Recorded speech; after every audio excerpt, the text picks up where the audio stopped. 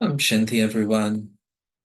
Greetings to all of you who are here with me live. Always great to see you. And also, warm greetings to those of you tuning in later on through the YouTube video. You'll remember that a few Sundays ago, we were repeating an 18th January morally. I think it was from 2000, and maybe we heard the 2001 18th January morally. And in Hindi, Baba always uses these two words. He says today is Smriti Divas, which means the day of remembrance or the day of awareness. And the word for power that he uses is Samarthi. And so Baba says to us that for you, any type of death anniversary is so different to when you are devotees. When you visit your relatives who are not BKs, when someone has died, there's such an atmosphere of sorrow. There's such an atmosphere of heaviness. And really, everyone is looking for comfort. But for us Brahmins, when it's a death anniversary, Baba is saying actually it becomes a day of power for you. Because Baba expects all of us to have the attitude of a godly student. And so we heard the news that late on Thursday night, our beloved Dada Nirvair, who had been living in Madhuban, and he had what we call in cricket a good innings, 89 years old. And of course, this body is an organism of nature. It has an expiry date. It's just not possible for it to keep going. So according to the drama, this organism had to go back to nature, and the soul flew to the subtle region to be with Baba. And today they've been doing different tours around the different places of Madhuban.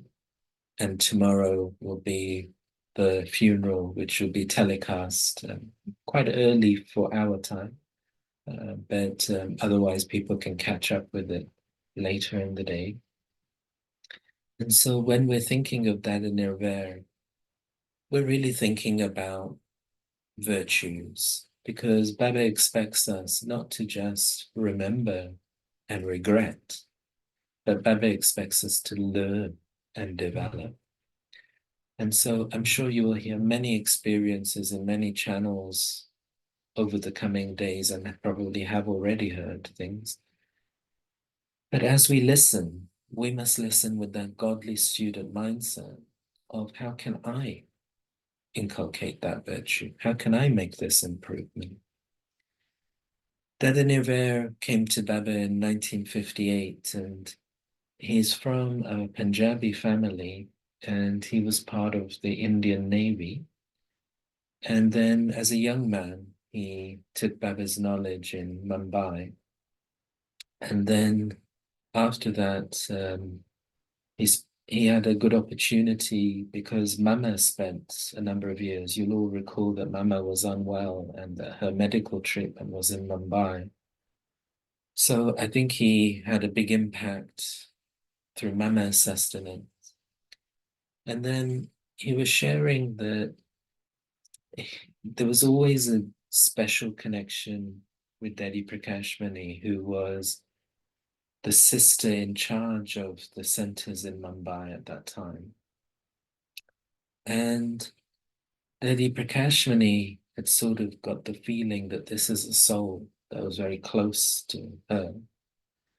And Dada Nirvair would share that one time he had the experience in meditation when Daddy Prakashmani was conducting that meditation at the center of dancing with Daddy Prakashmani in the Golden Age. It was like a trance-like experience that he had.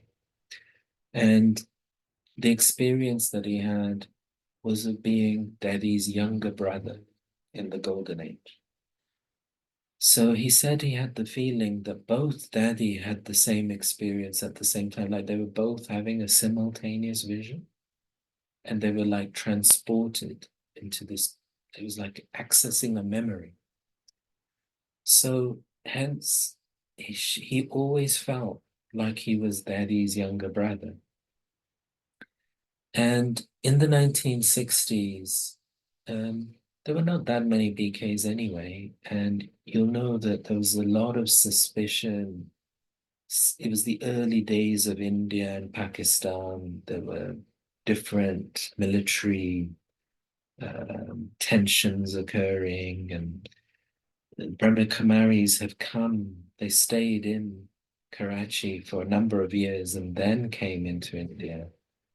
And so people thought, who are these people that have come from Pakistan? They don't idol worship. They're teaching people not to do Hindu bhakti. So there was quite a lot of suspicion in the 1950s and 60s towards the Brahmin Kumaris. And people like Dada Nirvair played a very important role, in supporting because they were the early students. They were young brothers. They also could speak English well, and they could write in English. So Dada Nirvair became one of the first people to begin writing Baba's knowledge into English.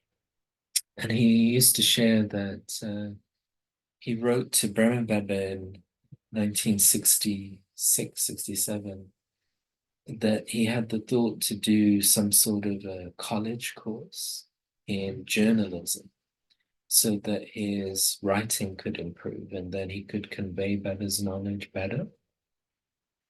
And Baba wrote back to him to say, you don't really need the course. You can just begin writing. And then through practice, it would improve anyway. So he became the founder of the World Renewal magazine, which many of you might have read.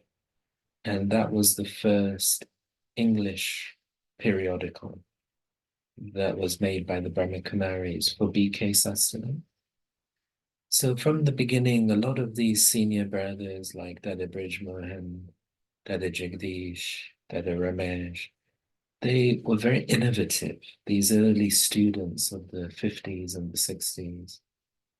And this sanskar of innovation was very important right the way through.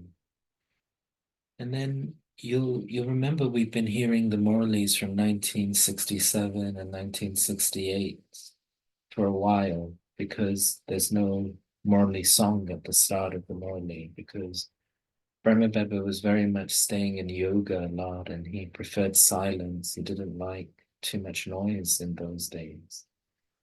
And his physical health, he was in his 80s himself, and so his physical health was also deteriorating, and he had stopped then going to Mumbai or Delhi, and he was just staying in Madhapur. And so Dada Nirvair in 1968 had wrote to him and said that he would be happy to move to Madhapur to assist in the office there.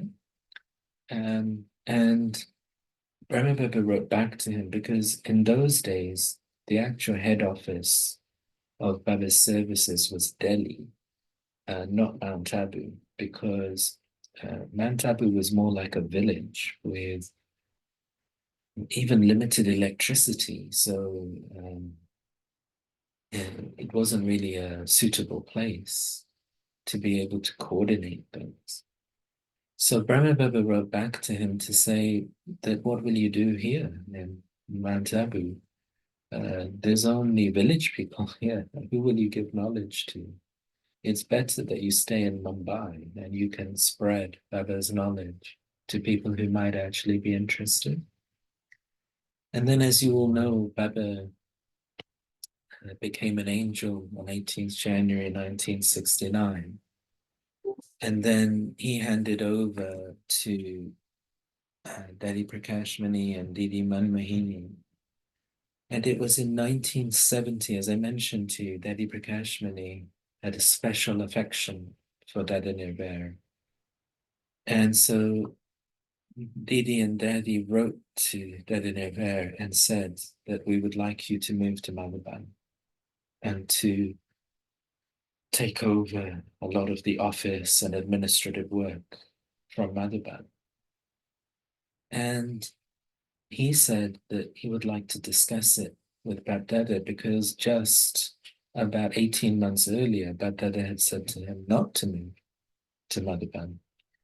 And in those days, Devi Gulzar was young. She was only 40, 41. And so Baba would come very regularly. Like Daddy Prakashman, he might even say, Daddy Gulzar, go into trance, ask Baba to come back. Literally, it was very frequent. So Dada Nirvair asked to meet Baba, and he met with Baba personally.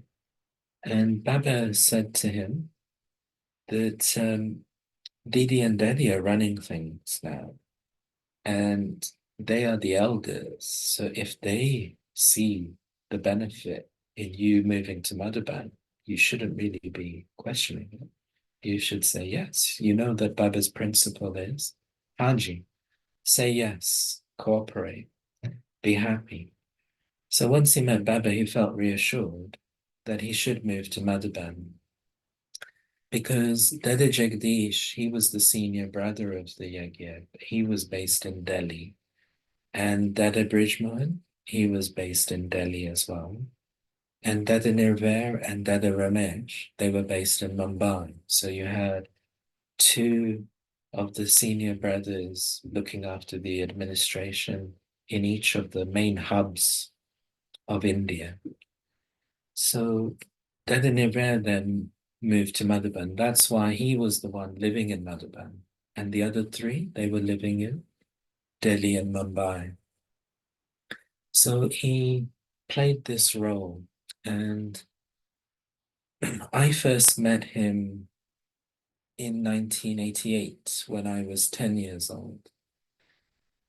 And I had heard about him the year before, and I was part of the first children's class that started off at the London Centre. So I don't know if they would appreciate me telling you their age or not, or you could, I won't say the number, but you might end up guessing their age through this. But the oldest children in my children's class were Brother Yogesh and Sister Arti, who lives in London. And I was 4 years old, and myself and a sister called Michelle, she was 3 years old. We were the youngest in the children's class. So this was the range. And I'm talking about 1982, since then. And some of the brothers in the middle, they were about Yogesh's age, maybe a little bit younger, like Brother Toby, Brother Minesh. They were completing their schooling, so they would have been 14, 15, 16, and then going into like the final years of school and the first years of university, college, like that. And here in the UK, our academic year matches the Madhuban season. So we would start in like October at university and then have examinations in June. So these brothers, they were actually visiting Madhuban in the UK summer of July and August. And they were not meeting Baghdad during that time, but they were spending time. And both of those brothers in particular, Brother Toby and Brother Minaj, they were like my favorites. So I was young, and they were like my mentors. And I adored them. I just followed them around everywhere.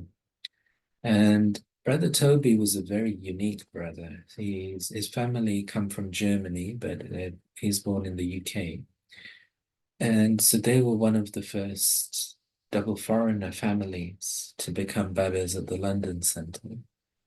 And he was very unique because he learned Hindi, even reading and writing. So you can imagine how much he was loved in Madhava. He was like the star of Madhava. To have a teenager from London who could actually speak Hindi and read and write. And he was also a very good actor, entertainer, many things, very talented. So what would happen is Toby would go every summer to be in Madhuban, and he would come back with stories of Dada Nirvair and all the things happening because August is Raksha Bandhan, Rakhi time, Janmashtami, which is Krishna's birthday time. So all of these different things happening. And then I remember Minesh going with Toby one year, and I think it was 1990. And when Minesh came, I think that was Minesh's first time going in August. It was actually the year of Dada Nirvair's heart bypass surgery. So Dada Nirvair had had this heart trouble since quite a young age. And 1990, that means he was about 55. So that's quite young to have a heart bypass. I think it was a double heart bypass. And he was away in hospital in Mumbai. And I can remember even now Minesh describing the scene in Panda Bhavan in the courtyard when he arrived back. And the whole courtyard was full of the Madhaban brothers and sisters and other BKs who were there. Not many are there in August. And they were all holding a flower. And Dada Nirvair came into the courtyard. And I think it was the evening time, so it was lit with candles, flowers. The daddies were, of course, there to welcome him back. And then each of the BKs gave him a flower and they exchanged drishti. And that scene stays with me, even though I wasn't there. But then I thought, and then I went the following year when I was 13 years old. So I had spent the month there in August as well. But let me just backtrack. So 1988 was the first time Ranjan Ben and I went to Madhuban in the month of March. And again, there was another member of our children's class who was just 1 year older than me. His name is Brother Sunil.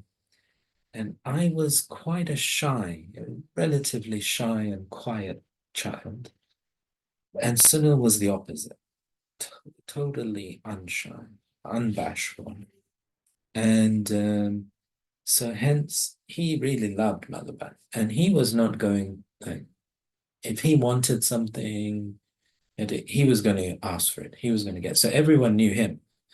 And if you imagine Madhuban in those days, like the children were just like the center. There were not that many BKs. There was only Panda Bhavan. There were not that many Madhuban Nivasis, maybe 200 or something. So most people knew each other. And I can remember that I was quite a fussy eater as a child. I never used to eat anything anywhere. I would only eat at home. And the Madhuban Nivasis, they used to give everyone lunch and then say to us children, come at 2 p.m. And they used to especially make us pakoras and chips.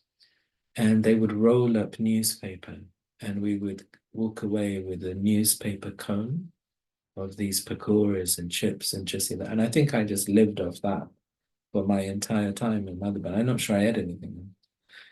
So, we as children, we were quite spoiled like that. I can remember one evening they had a cultural program with a picnic in the garden area outside of Om Shanti Bhavan.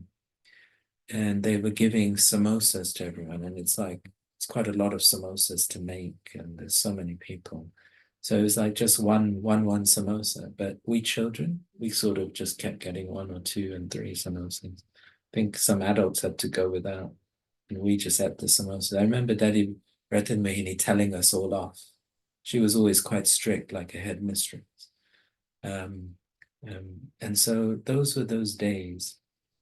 And then what I remember is that Sunil called me over one time and he said, Shailen, do you want to come? I'm going with Dada Nirvair to go and get a Pepsi. So I said, "Why, is it okay for me to go?" He said, yeah, of course. Don't worry about it. And then I thought, oh, I better go and get some money from my mum I thought, how would I buy a Pepsi? And he said, oh no, don't worry about it. He'll buy it for us.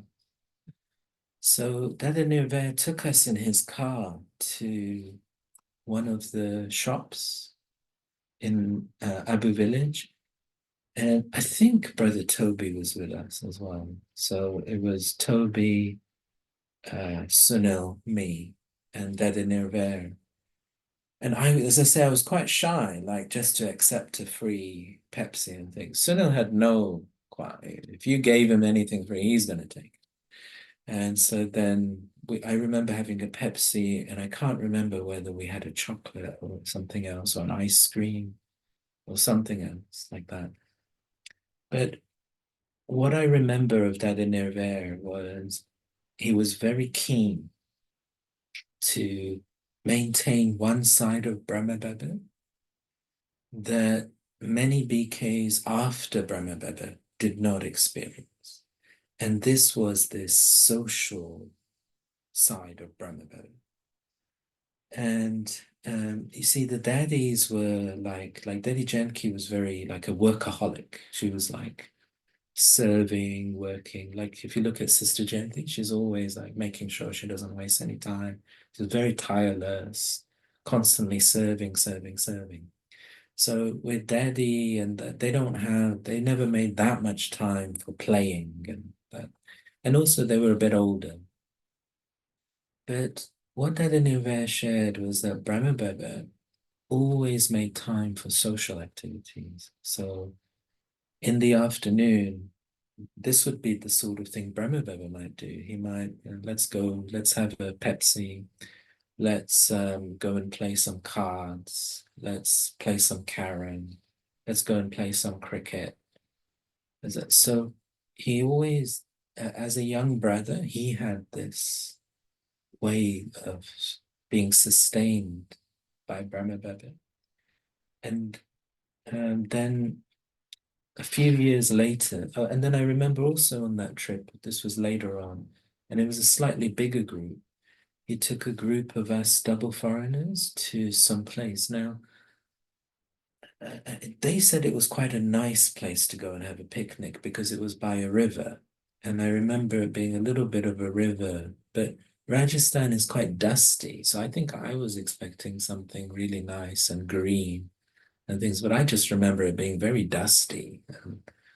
I didn't think it was a great location, but I remember them taking us on a picnic and there was pizza there, something like that. So that in there, like that, he was giving time for these things. And then when I stayed the month of August in 1991, every evening, because he had had this heart bypass operation the year before, the doctors had told him that he must exercise. So Dada Nirvair went for an evening walk around Naki Lake. So he would leave Panda Bhavan at about 5:30 p.m.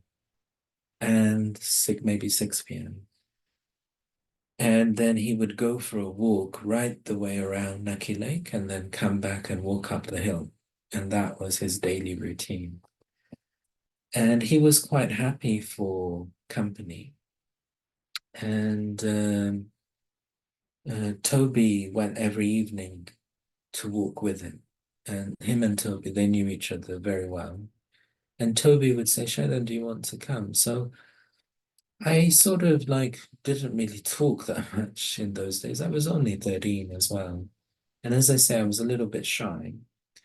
But I remember just walking behind them and they were talking. And, I just remember him being very relaxed. And and what he would say always was he felt that it was very important to be available. So I think that's the message of all these stories that I'm sharing. And you'll remember that he used to spend time sitting with Daddy Prakashmani in the courtyard. She had a little bit of a circulation problem. And so she used to like to sit in the sunshine. And so they had those plastic chairs, plastic white chairs in the courtyard. And wherever the sun moved, she used to move her chair. Some of you will remember. And then Dada Nirvair would sit with her and they would chat. And Dada Nirvair, again, he felt it was very important to just be available. Not, he used to say that if he just sits in his office and we've gone to Madhaban, he's sat in his office for 2 weeks and then we just leave again. Then we'll all feel, well, no one even spoke. We went to Madhaban, no one even spoke to us. No one even had any time for us. And he felt that was wrong because his experience with Brahma Baba was that Brahma Baba had great availability. And those of you who knew Daddy Janki as well, I mean, she was also very good like this. She was always very available for everyone. And Sister Anjani was saying this to me as well when I was in New York, that she misses that. She's saying that Sudesh Devi is very good like that. She's very available. But she misses the daddies who are just so available for you. So Dada Nirvair didn't feel that free time was wasted time. Free time was maybe precious time with the Beikades. And it was around that time in 91 where the Global Hospital was opened. And that actually opened as a result of his heart trouble. Because while he was in Mumbai, of course, they kept going to Mumbai for treatment because Mount Abu didn't have medical facilities. And the daddies were anyway in contact with their relatives, many of whom had moved to Mumbai after the partition with Pakistan. And you might know that the name given to the Global Hospital and Research Center is the J. Wattamal Hospital. And Wattamal is actually the relative of Daddy Pushpa Shankar. So she was one of the original daddies of the Yagya. And he's like a cousin's father or something like that of hers. So what Dada Nirvair did while he was having these heart troubles when he was visiting Mumbai is maybe Baba gave him the touching that he thought, let's get, because there are some, so like some relatives, they won't give money maybe directly for Baba's center. But if you do something like a health service project or something more of a social service, they're actually happy to contribute. So that's how we got the funding together. And there were two senior doctors, Dr. Pratap and Dr. Ashok Mehta, and they had become BKs. Dr. Pratap's family were BK right from Brahma Baba's days. And Dr. Ashok Mehta, he had become a BK. And Dr. Prem Masand as well in the 70s and 80s. And so he'd got, more doctors were becoming BKs anyway. And when many of you will have seen that photograph when Daddy Prakashmani meets with Mother Teresa. And I only heard this secondhand. I didn't hear this firsthand, so might not be correct. But apparently, Mother Teresa asked Daddy Prakashmani, why doesn't the Brahma Kumaris help the poor more? Why don't they do more social service? And it's something that comes up in the Morales, where Baba says that one of the complaints that people had of the Brahma Kumari was social service. And back in the 50s, 60s, 70s, and 80s, the view in the Brahma Kumaris was that that was not our job. Our job was to be spiritual social workers. And really, we should be teaching Raj Yoga and not getting into other things. So this project was also quite controversial, but Dada Nirvair had the conviction that Brahma Kumari should begin doing some sort of health and social work. So he was behind this innovation of the Global Hospital, and it's probably the biggest project that Brahma Kumaris are still doing. and it's grown a lot since then. So if you look at this sanskar of innovation and how he enabled things to come together, him and Dada Ramesh were also the project managers of different retreat centers like Gyan Sarovar, the Hyderabad one, the Delhi one, like there's different ones now. So Devi Prakashmani used to ask one of them to be part of the group that helps design, gets all the stakeholders together, gets all the finances together. She trusted them with buildings projects. So again, it's just this great level of innovation and courage that he showed all the way through as well to enable these things to happen. And then finally, I think, again, a memory and a testament to him, you remember that both him and Daddy Gulzar happened to be unwell at the same time. I reckon maybe 2015 or 16. And Baba was due to come. And Daddy was still in Madhuban, and she was staying at the Villapale Center where Sister Yogini is. And Dada Nirvair was having some sort of treatment. And I can remember Baba coming into Daddy Gulzar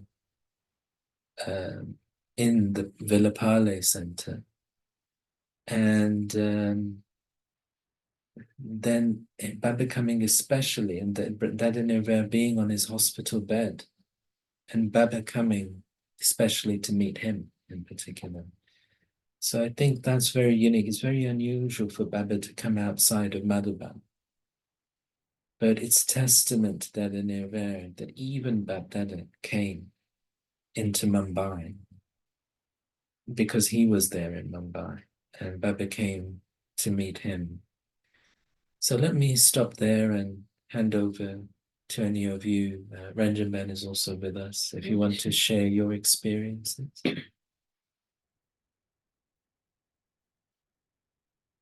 You begin. Oh, Om Shanti to all. Well, I saw that he was very merciful because when this COVID came, during COVID, he was so merciful about Baba's children and others, but he felt, this Baba's children now will not be able to come here, and he was very concerned and used to give so much sustenance. And when, especially those in India traveling by third class, the very poor from South India, it takes nearly 3 days to reach, and then they have to walk from the train station to their home. And they had a hard time at COVID. There was a chaos in India. A lot of them died. Train couldn't go any further. And I see him telling us that, and saying, I tell Baba, oh Baba,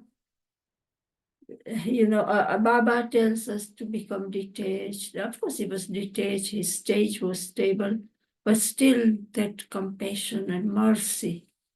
When he was saying that I feel for them, that they have so much to go through. And, and also back of his mind, I think it was that they have received so much from Baba. So he wanted to just give, and sustain and look after the younger brothers, sisters, and the world. And also, whenever foreigners went, facilities in Madhuban in those days in the 80s wasn't that good because India wasn't so developed and modern now. It was all very old. Roads were rough, train journeys were very rough and long. And so he used to be there for them. Some of them got ill, the water, everything wasn't that suited to us because a lot of them got ill. So he always looked after them. If they had any problem, they were he made them feel so easy to tell him. And they would always go to him to tell him anything if they want. And he was always looking after for them. And that's and of course he was doing a lot, but very incognito, humble soul. So that's what I experienced. Om Shanti, anybody?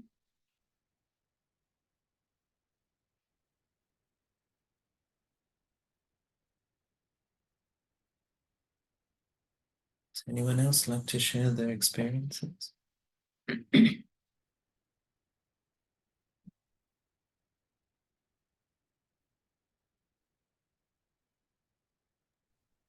Om Shanti. Om Shanti, everyone. I had gone to Madhuban for the very first time, but the only time. It was 2012. And I was very excited to be there. I was only 2 years in Gyan. And Sister Ambika went with me on that visit. And at that time, as we got to the airport in Ahmedabad, I fell and broke my elbow. I had absolutely no pain, but I could feel the bone moving. And I went to, when I went to the center in Madhuban, someone brought us to Brother Nirvair. And he portrayed such a sense of compassion. It felt as if he knew me forever. It's like a brotherly love. We sat there, he was all compassionate and said, there is no reason for you to wait. We have to go to the hospital because the bone is broken. And he took me in his car with his driver together with Dr. Brother Bansari. And they took me to the hospital, make sure that I was well catered for, everything was in place. I had to do absolutely nothing. They took care of the procedure. The doctor who did the procedure was also a BK. And I thought it was like extraordinary for somebody who never met you in their life before would take such care of you. And he would, find out how you were. Dr. Banashe would come and look after me, check to see how things were going. They allowed Sister Ambika to stay in the hospital with me. So it was like so gratifying and so, like you are at home. He made you feel as if you were at home, you belong there. It's an experience I will never forget. Never, ever, ever forget. And although I would send a check from here, nobody asked me for any money or anything, how I would pay for all this. So I thought it was the most unusual thing, because in the US, for a procedure like what they did, it would have been over $50,000. And they had, and I told them, I said, I didn't have this kind of money here. I didn't come prepared for this. And nobody seemed to be bothered, So it is an experience I would never, ever, ever forget, that kindness from Brother Nirvair. I would never, ever forget that kindness. And even going in the car, he'd give us a tour of where uh, Gandhiji, this is where he was. Like, he made you feel so so comfortable that you even forget where you were going to. It was just, he was just the most beautiful soul that I have met. I met a few really, really wonderful brothers and sisters when I was in Madhuban. And it was an experience with him, especially, I will never forget. So that's my experience in Madhuban with Brother Nirvair. That's why it was so sad when I got the news, because to me it was a sudden thing. So That's what I had to share, Shanti. Yeah, what a wonderful experience. And I think you've captured a lot of his qualities in that experience. Thank you for sharing that. Would anyone else like to share?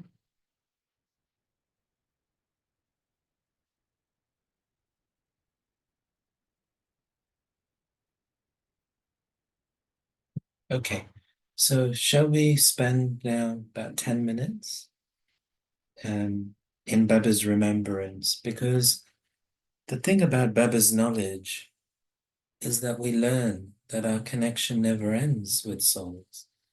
It's just that they change their body. But Baba would say to us, you got a responsibility to think about that soul in their next birth. And so by remembering Baba, the way I do it is I think of Baba as the almighty authority, the lighthouse and the might house. And Baba tells us that we are removers of obstacles. In Hinduism, Ganesh is remembered as the remover of obstacle, and Ganesh is the child of Shiva.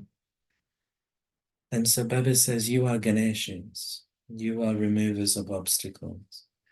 So, of course, it's the Iron Age, so any obstacle could come in front of anyone. But if we have the yoga now in advance to remove the obstacles from Dada Nirvair's next life, then they won't come. So I think that's the way we can really help each other and clear the path for the soul to have an easy path to play their next role and reveal Baba in another way, in another form, maybe in another place. So let's spend a few minutes now in Baba's remembrance. I won't put music because that can sound odd through Zoom, but if you want to put music on your end, feel welcome to do that.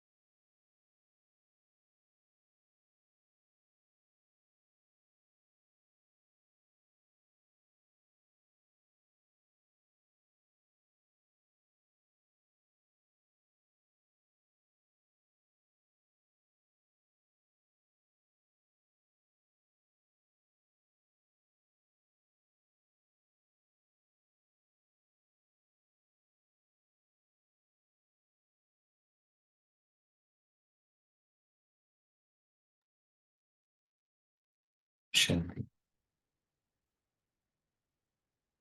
Thank you, and have a good week, everyone. Thank See you. you again. Shanti. Shanti, thank you. Beautiful weekend too. Take care. Thank you. Shanti.